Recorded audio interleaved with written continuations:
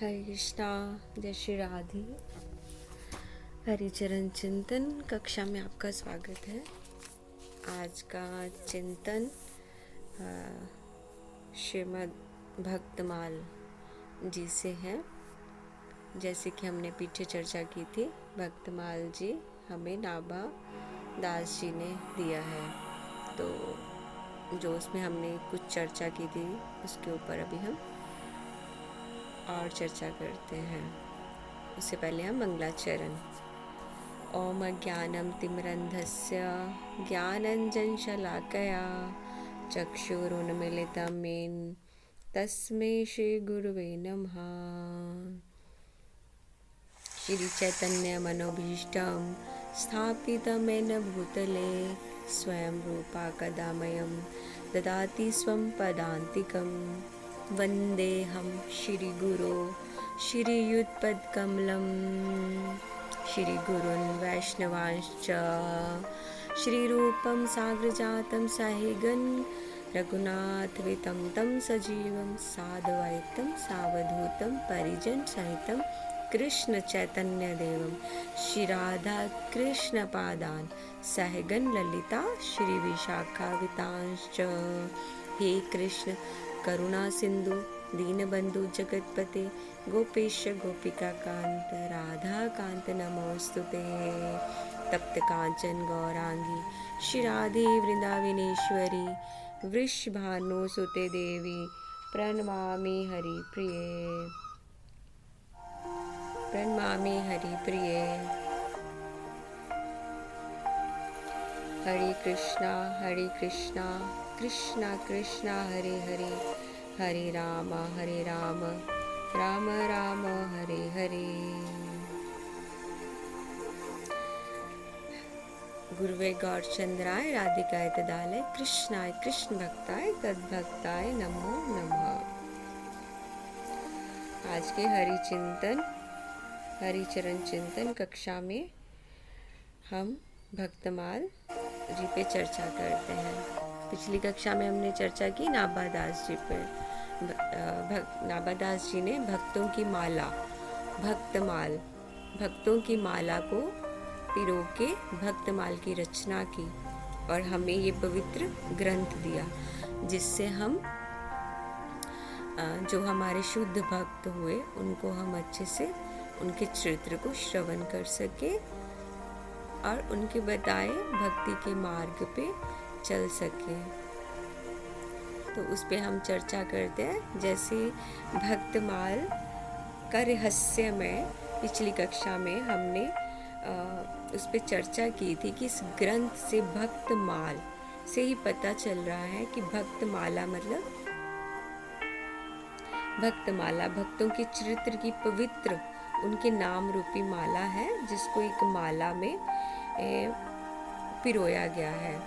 और जो मुख्य उसमें मोती, सुमेरु, धागा, गुच्छा कैसे है, भक्त मणि है, भक्ति धागा है, सुमेरु गुरु है और जो ऊपर का गुच्छा जो गांठ है वो हमारे शिव भगवान है। तो भक्तमाल साधारण ग्रंथ नहीं है, भक्तमाल साधारण ग्रंथ नहीं है। तो इसके ऊपर हम माला के ऊपर चर्चा करेंगे आज।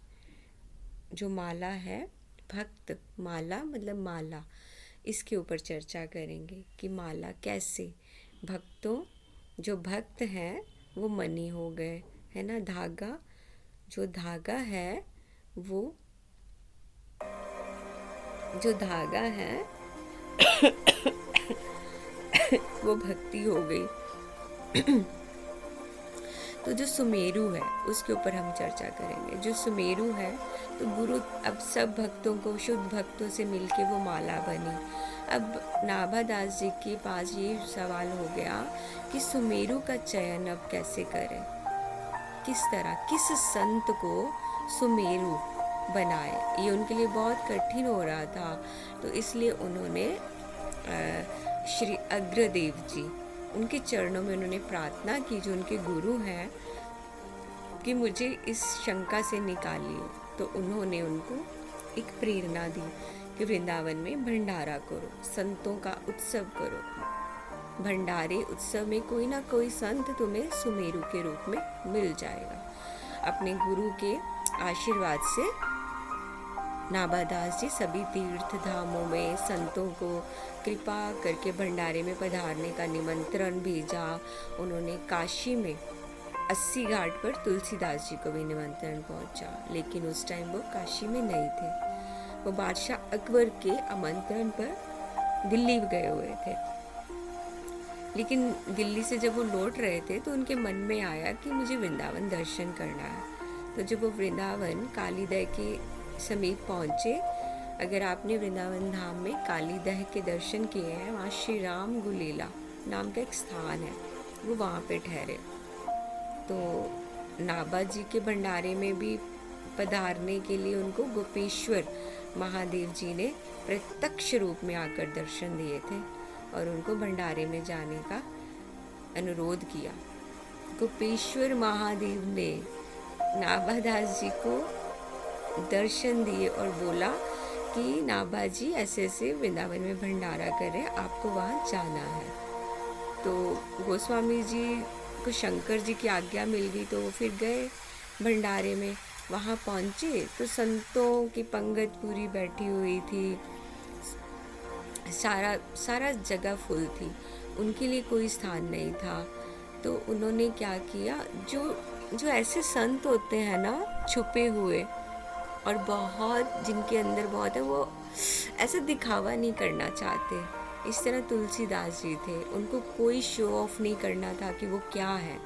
वो जहाँ पे सब संतों ने जूते खोले हुए थे और वो उस जूते वाले स्थान में जूतों के पास बैठ गए। वहीं पे उनको भक्त लोग आए, उनको पत्तल दे दी, पत्तल में सब्जियां दी, पूरियां दी। तो उसके बाद वो पत्तल में बैठे हैं, वो पत्तल लेके जूतों में बैठे हैं। और कुछ सेवक आए और उन्होंने अब खीर देनी थी, तो उनके पास खीर के लिए कुछ नहीं था। तो एक भक्त ने पूछा, महाराज आपका पात्र कहाँ है, खीर किस में दे आपको? तो तुलसीदास जी ने एक हाथ में जूता लिया और बोला, इसमें मुझे खीर परोस दीजिए। ये सुनते ही जब ऐसा सुना ना, जो भक्त खीर परोस रहा था वो एकदम गुस्से से बोलता, राम राम राम, ये कैसा साधु है, ना अपनी कमंडल लेके आया है ना कुछ, अब खीर के लिए कोई पात्र नहीं है, पागल हो गया है और बोल रहा जूती खीर में लेगा। इतना शोर वहाँ होने लगा कि नाभादास जी ना दौड़े दौड़े आए। उन्होंने सोचा किसी संत भगवान के प्रति भूल हो गई है और मुझसे कोई अपराध ना बन जाए। तो वो वहाँ आए। नाभादास जी नहीं जानते थे, उनको ये पता था कि तुलसीदास जी दिल्ली गए हैं, उनको नहीं पता था कि वो वृंदावन आ चुके हैं। संत समाज में तुलसीदास जी का नाम बहुत प्रसिद्ध था, तो उनको तो उन्होंने अपना परिचय नहीं दिया। उनको ये था कि मैं अपना परिचय दूंगा, मुझे सिंहासन पे बिठाएंगे। परंतु वो एक मतलब एक दीन दैन्य और इस स्वभाव के थे। वही आ गया ना, त्रिनादपि सुनीचेन त्रैरोपी से हश्नुना अमानी ना मानदेन कीर्तनिया सदा हरि। तो ऐसे एक संत के रूप में वहाँ जूतों में बैठ, फिर नाभादास जी ने उनको पूछा कि हे संत भगवान, आप जूती में खीर क्यों पाना चाहते हैं? ये प्रश्न सुनते ही तुलसीदास जी के नेत्र भर आए। उन्होंने बोला कि जो परोसने वाले भक्त आए थे, उन्होंने बोला कि खीर के लिए पात्र लाओ। तो संत भगवान की, जो संत भगवान हैं, उनके जो जूते हैं, उससे बड़ा पात्र कौन सा होगा? एक जीव का जो कल्याण है ना, उसका श्रेष्ठ साधन है ये कि अकिंचन भक्त, जो भक्त शुद्ध भक्त, उनके चरणों की रज के लिए हम तरसते हैं। मेरे को तो साक्षात उनके चरणों की रज में कुछ पाने को मिल रहा है। ये है शुद्ध भक्तों की निशानी। प्रहलाद जी ने कहा है ना कि आप बुद्धि कि ना अपने आप बुद्धि भगवान में लगती है, ना ही किसी के द्वारा प्रेरित करने पर। हम किसी को कितना भी प्रेरित कर ले, नहीं लगेगी। तब तक बुद्धि भगवान में नहीं लगती जब तक हम पे किसी शुद्ध भक्त की, कई प्रेमी रसिक जन की हम पे कृपा ना हो, उनके चरणों की रज हमारे मस्तक पर धारण क्यों ना हो। जैसे इसमें मैं छोटी सी एक बात अपने जीवन पे जो है मैं वो भी बता सकती हूँ कि चरणों की रज पे हम आपस में जो भी हमारे गुरु भाई बहन है, आपस में एक दूसरे के लिए हम लड़ते हैं कि चरणों की रज दे दो सखी, थोड़ा सा मतलब एक दूसरे को हम छूने नहीं देते हैं चरणों को, कि बिल्कुल अपने चरणों को हम हाथ नहीं लगाने देते हैं, क्योंकि भक्ति नहीं है, कुछ नहीं है। हम तो खुद तरसते हैं कि किसी शुद्ध भक्त के चरणों की रज मिल जाए, जिसको हम अपने मस्तक पर धारण करें और कृपा हो। तो इस तरह उन्होंने बोला वो स्वामी तुलसीदास जी ने नाभादास जी को कि ये जूती तो परम भाग्यशाली है, इस जूती को ना जाने कितने समय से संत भगवान के चरणों की रज लग रही है। केवल संत चरण ही नहीं, व्रज रज है इस जूती पे। तो ये रज खीर के साथ मेरे अंदर जाएगी तो सोचो मेरा अंतकरण कितना पवित्र हो जाएगा। ये है महिमा, ये है शुद्ध भक्तों की निशानी। ये है शुद्ध भक्त। वो नहीं चाहेंगे कि हमें पंडाल में बहुत बड़ा आसन दिया जाए, हमें फूल माला पहनाई जाए, हमें ऐसे किया जाए, हमारा बहुत सारा सम्मान किया जाए। ये है गुरु, ये है गुरु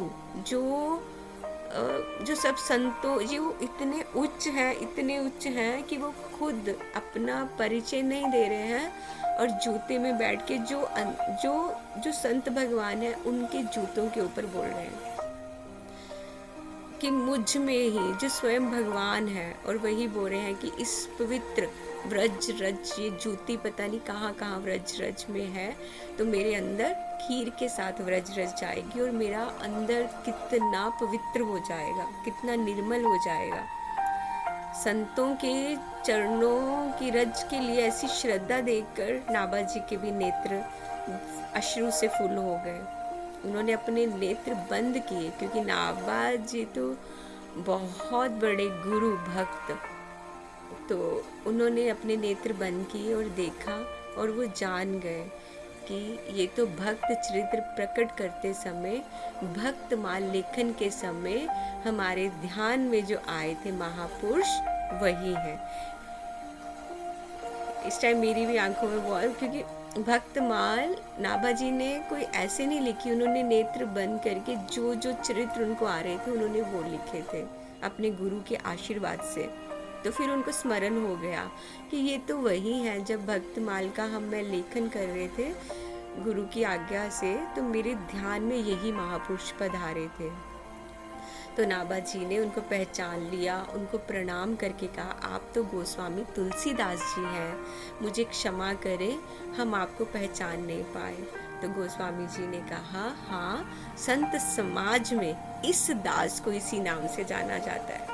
ये है गुरु की महानता, ये है गुरु की महानता। आजकल नहीं, आजकल कंठी माला और बालों को, अपने हेयर को शिखा के आजकल तो कई तरह की जटाएं रख के और अपने आप को सम्मान दिला रहे हैं, मुझे दुनिया के आगे हमें खड़े होना है। नहीं, ये है संत, ये है रियल संत, ये है रियल संत।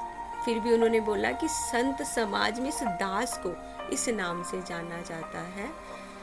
और परोसने वाले जो आए थे ना सेवक, वो तुलसी, जैसे उनको पता चला, उन्होंने गोस्वामी जी के चरणों में गिरकर इतनी क्षमा याचना की कि बहुत। तो सभी संतों ने गोस्वामी जी की दीनता को, ये दीन यही गुरु की निशानी है, को प्रणाम किया। नाभादास जी ने गोस्वामी तुलसीदास जी को सिंहासन पर विराजमान किया, उनका पूजन किया। इतने बड़े महापुरुष की ऐसी दीनता, इतना सरल हृदय, संतों के प्रति उनकी श्रद्धा देख के उन्होंने सोच लिया नाभा जी ने कि यही वो महात्मा है जो भक्तमाल के सुमेरु हो सकते हैं, सुमेरु हो सकते हैं। ये है हमारे भक्तमाल की जो मुझसे किशोरी जी ने चर्चा करवाई, ये है भक्तमाल के सुमेरु की छोटी सी स्टोरी कि सुमेरु कौन है, कैसे हुए। संतों की उपस्थिति में नाभादास जी ने पूज्यपाद गोस्वामी तुलसीदास जी को भक्तमाल सुमेरु के रूप में स्वीकार किया। भक्तमाल की प्राचीन जो भी लिपियां हैं तुलसीदास जी के ऊपर लिखी हुई हैं, भक्तमाल सुमेरु श्री गोस्वामी तुलसीदास जी महाराज की जय। तो इससे आपको पता चला कि हमने उस दिन कक्षा में जो भक्तमाल जी का रहस्य पे चर्चा की, जिसमें हमने छोटा सा ये माना कि भक्तमाला, जिसका नाम ही यही है भक्तमाला, भक्तों से पिरोई हुई एक माला, तो जिसका मोती भक्त है, धागा भक्ति है, और जो सुमेरु है, अभी आपको पता चल गया सुमेरु कौन है, पूज्य संत भगवान गोस्वामी तुलसीदास जी महाराज, और जो ऊपर गुच्छा है वो हमारे स्वयं भगवान है। जय जय श्री राधे श्याम। वांछा कल्पतरुभ्यः कृपा सिंधु भवेच्च पतितानां पावनेभ्यो वैष्णवेभ्यो नमो नमः। आशा करती हूँ आपको इसमें समझ आया होगा, और कृपया कोशिश कीजिएगा इसको समझने की। ये हमारा बहुत बहुत पवित्र ग्रंथ है। श्री राधे श्याम।